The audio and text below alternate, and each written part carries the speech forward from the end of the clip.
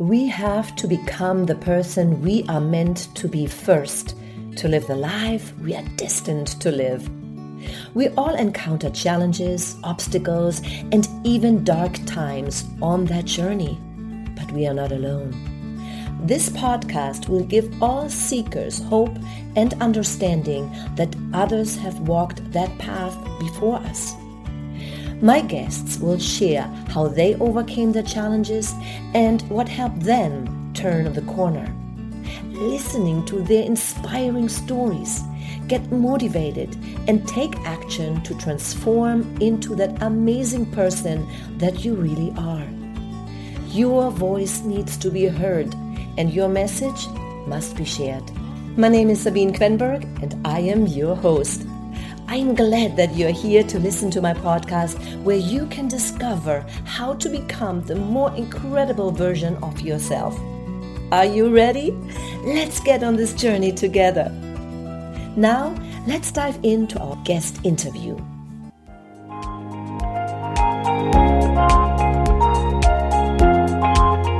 My guest today is Kay Cote, podcaster, speaker, and entertainer.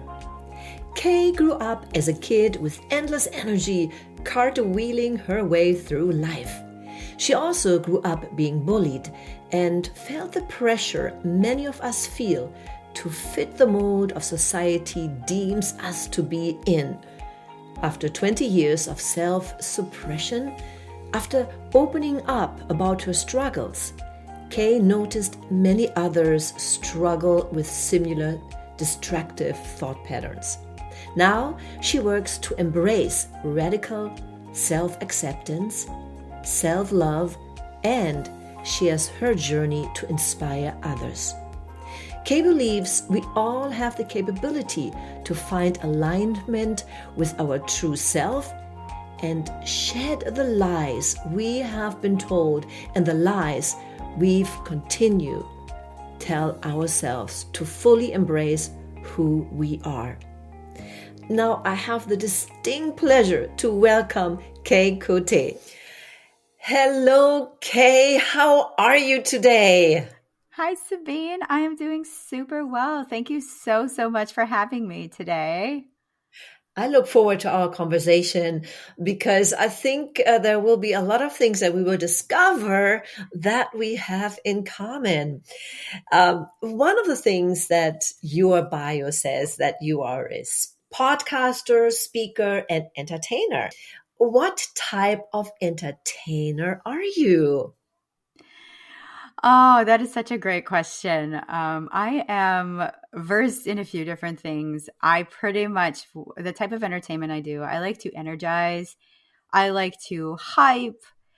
So I do a lot of dancing and I do podcasting. And then I also love to be part of events and production,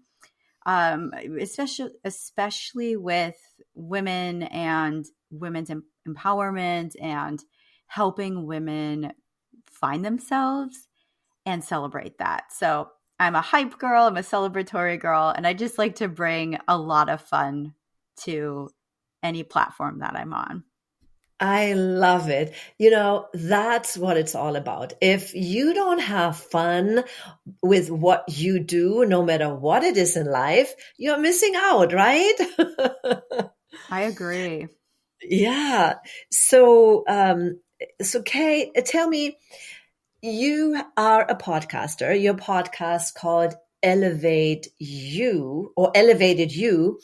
And in your bio, you talk about, or your bio says you're cartwheeling yourself through life, which is great fun. And that's who you are. You are this high person, but you went through a very difficult time in your youth. You were bullied. So tell me a little bit about how that was for you and how this affected your life.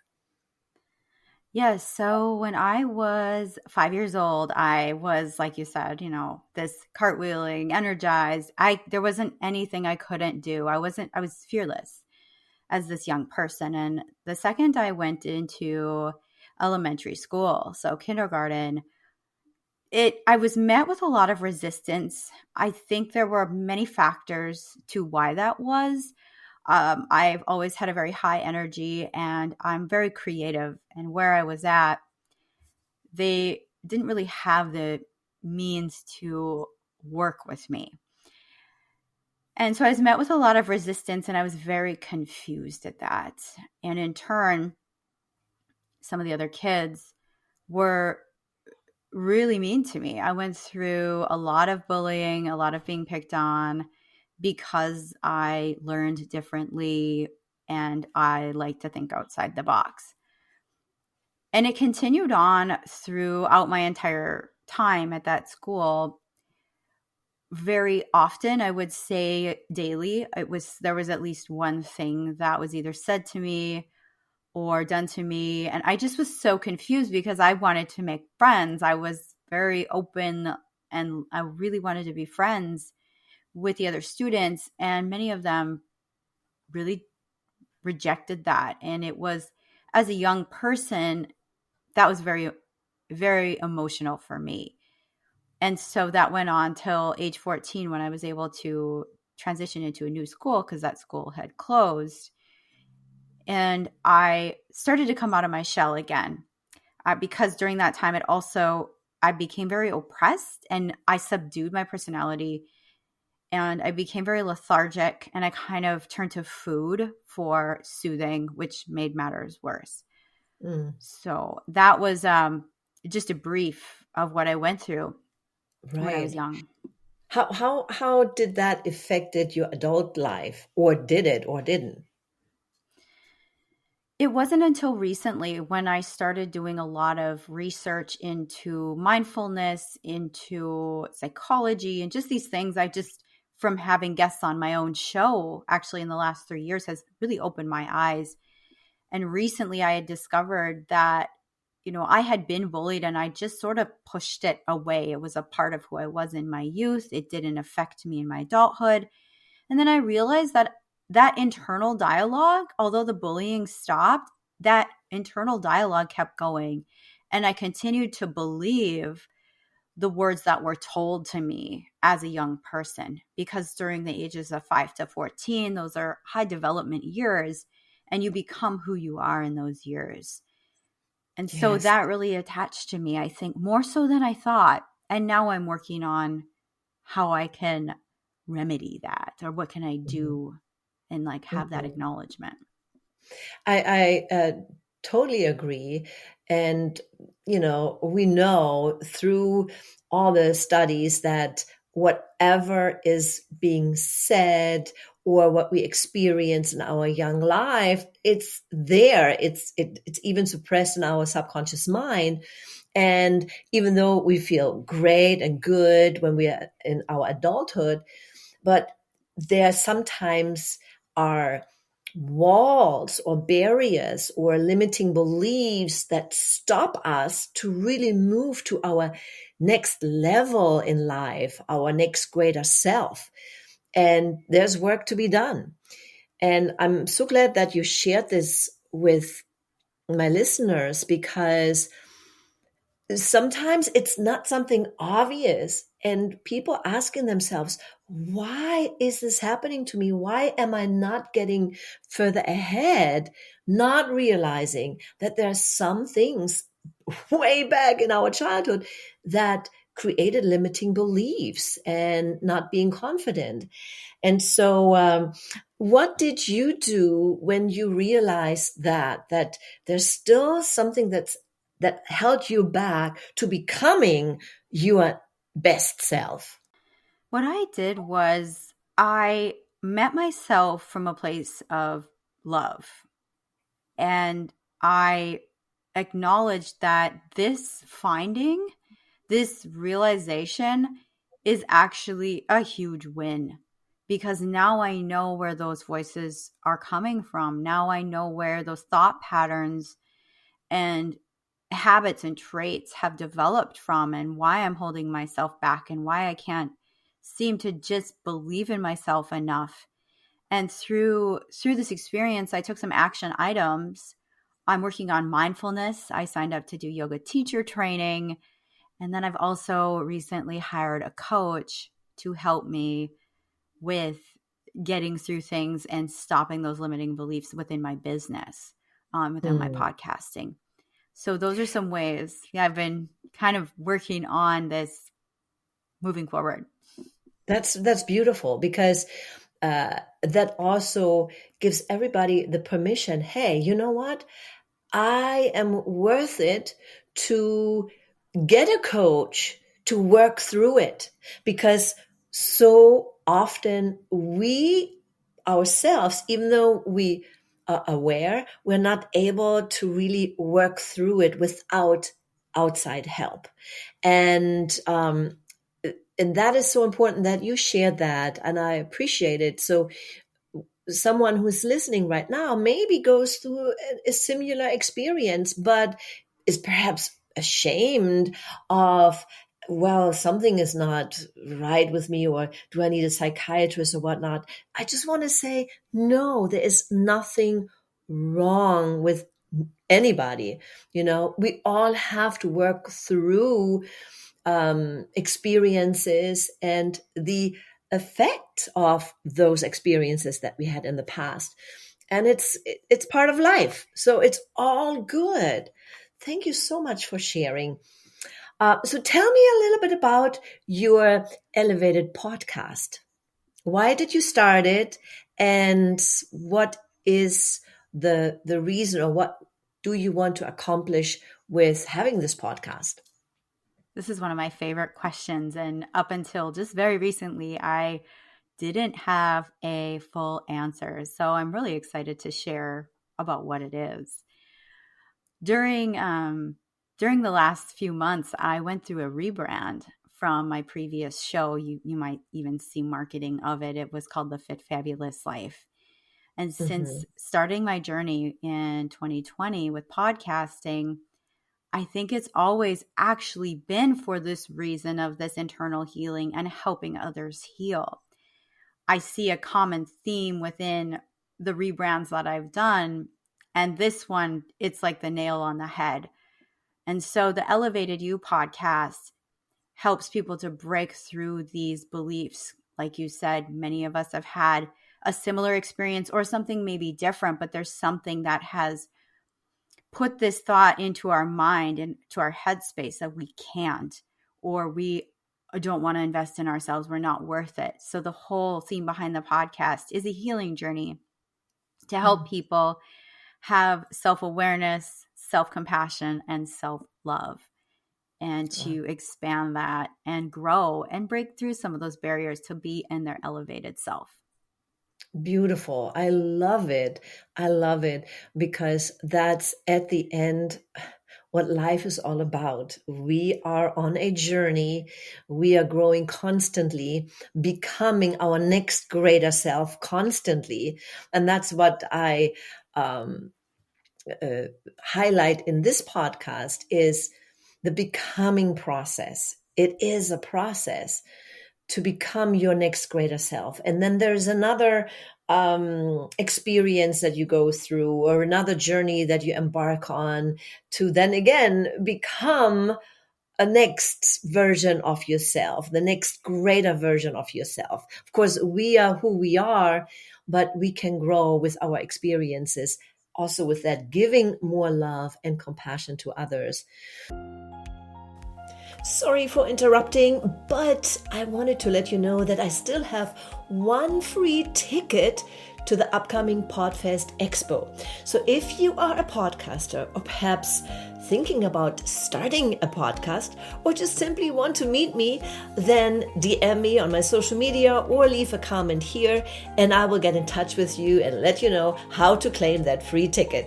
So, but without any further ado, let's hop back into our conversation with Kay Corte. I listened to one of your podcasts where you shared actually a time in your life, so very recent, where you did some RVing. And I had to chuckle, because my husband and we did this too. This was 2015, 2016. For 1 year, we bought an RV. I was just like, Come on, honey, let's buy an RV. Let's go out RVing. So tell me about that. What made you decide to buy an RV and go and travel? This is such a fun question. I love this story so much. So thank you for asking this question. So it was, we have to rewind back to, it was very early January 2019, I think. Yes, 2019. I was in South Africa with my husband. He is actually South African. So we were visiting family over there. And during that time, I was living in North Dakota. And as much as I have to give a big shout out to Fargo, North Dakota. It's been my home for so long and I absolutely love it. And when we were over there, it was during the winter over here. And we were going to be flying into what looked to be a frozen hurricane over our home. And through that experience, we just thought, let's see what we can do to remedy this cold living. He didn't like it. I struggle with it. He's from South Africa. Yeah. And so we were on this verge to discover somewhere new to live. And so we've always been interested in Texas. He has some family here and we just thought, okay, let's go check out Texas. And so we actually flew back home and then 2 weeks later flew to Texas and we fell in love with Austin, Texas. We absolutely loved it. So fast forward a year. So we didn't move there yet. We came back to Fargo and we were planning how to get to Austin. And we had this idea around a tiny house or something. And then 2020 came and my aunt and uncle who live in Oregon were retiring from RVing. And I said to Pete, my husband, I said, okay, my aunt and uncle are selling their RV. What do you think? Can we make this work? We've wanted to do this. Now is the time to jump on it. And he crunched the numbers. We were able to make the purchase.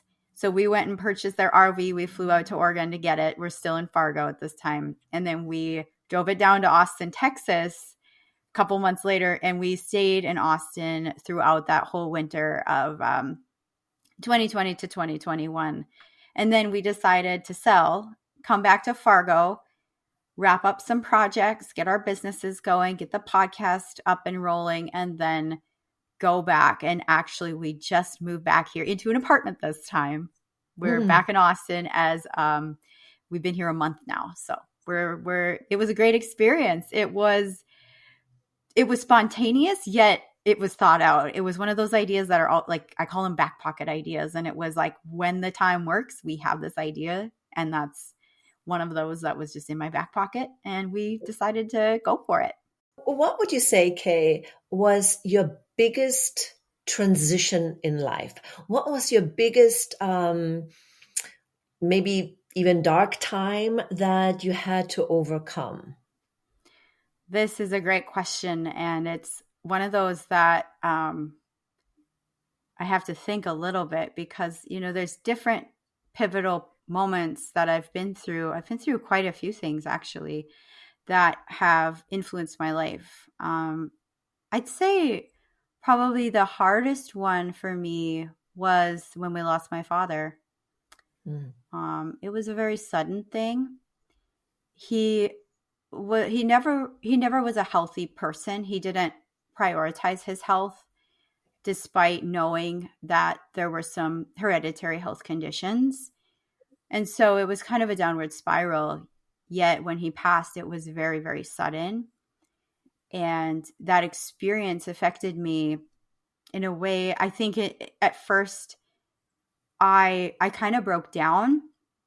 I started developing a lot of psychosomatic symptoms. My body was feeling the pain through migraines, through different things that happened, a lot of anxiety and a lot of things. And this was also during the time when my partner and I were just getting back from South Africa the first time, and we were dating and we were navigating immigration, USCIS, getting married. There was a lot on our plate already, and this was 2016. And so when my father passed, it was during that process, and he was actually just supposed to be a sponsor for my partner to be in the country. Luckily, we had another family member step in and was able to do it. So that year, 2016, I'd have to say, was probably my most challenging year. I was faced with a lot of firsts, a lot of hardships to navigate. And going through that, I definitely feel stronger. And I think part of the experience of what happened with my father woke me up to my own health and well-being. And I started podcasting shortly after, or a couple of years later, and health and well-being was the main focus of that first season of podcasting, was physical health more so. And Yeah. so, And yeah. the thing is, with every experience, how hard it is, and it helps us going and taking the next step in life. For you, it was health, and seeing that, if you continue that path like your father did, that it may not be the best outcome that you want. So you transitioned and became healthier, more fit. With that, you started a podcast so others can listen to it and have benefits from it. So there are many benefits that came from that.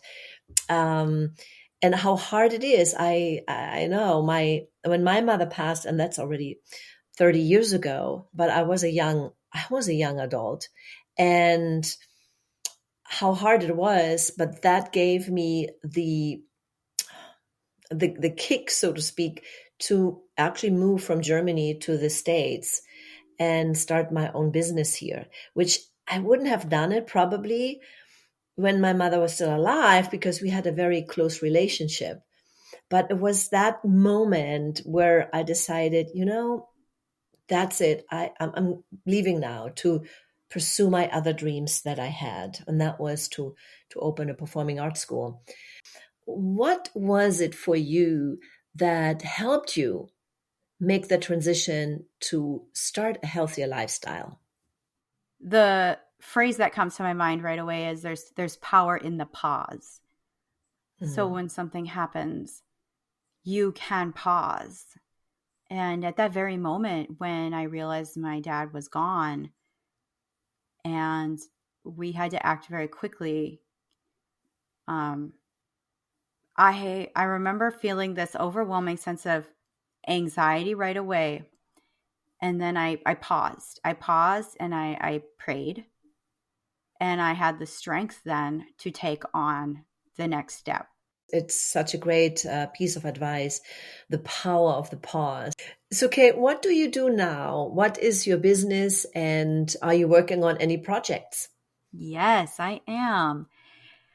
And so with my business, the Elevated You podcast, I am growing that into a platform of podcasting, interactive live podcasting events, and speaking, as well as I help other podcasters too. I have a degree in graphic design, so I want to help other podcasters to grow their show through creating a visual voice. And so giving them the ins and outs of what they need for marketing materials and how to create a really beautiful and functional brand.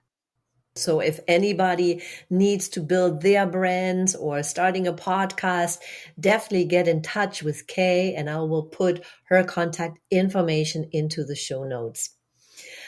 Well, Kay, thank you so much. It was a pleasure having you on this podcast, and thank you for sharing your ins and outs and experiences.